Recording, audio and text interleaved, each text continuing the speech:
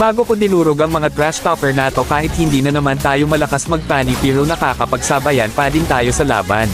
Kahit pa dalawa-dalawang cable kayang-kaya pa din natin makipagsabayan sa mga malalakas maglaro. Tignan ninyo naman parang sisiw lang sa akin ang mga kalaban pero bago ang lahat niyan ito muna ang nangyari bago ko dinurog ang mga kalaban. At shoutout nga pala sa mga nagko-comment sa mga post ko, ito nga pala sila. Dahil sila lang talaga nag-comment sa mga post ko, 5 piraso sila nakikita ko kaya deserve nila yan na ma-shoutout. Kaya kung bago ko lang at dumaan tete sa'yo, pwede ba ako pa-follow ng aking page at palike na rin ang video na ito at pwede ka ba mag-comment sa comment section. Sama-sama kita sa shoutout sa mga upload kong mga video.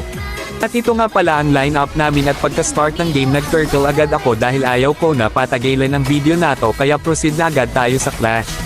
At dahil malapit na ang mga kalaban kaya binilisan ko na at ito na mga sunod nangyari.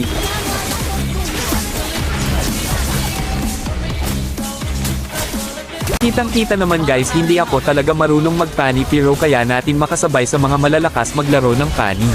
Dahil hindi na naman natin kailangan maging magaling sa paghawak ng cable gaya ng mga ibang pani user na kitang-kita mo parang gagamba. Kung maka-cable ng pani pero tayo isa-isang cable lang makapatay lang tayo ng kalaban okay na. Tapos sa part na to nag-clash na naman kaya agad tayo sumugod pero isa lang napites natin at muntik pa nga kami dito ni Layla mapitas dahil di ko nakita may kalaban pa pala sa likod.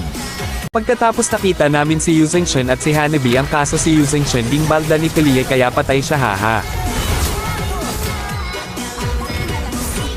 At guys panoorin ninyo na lang te guys dahil kapagod na mag voice over. Thank you for watching and waiting the end, thank you.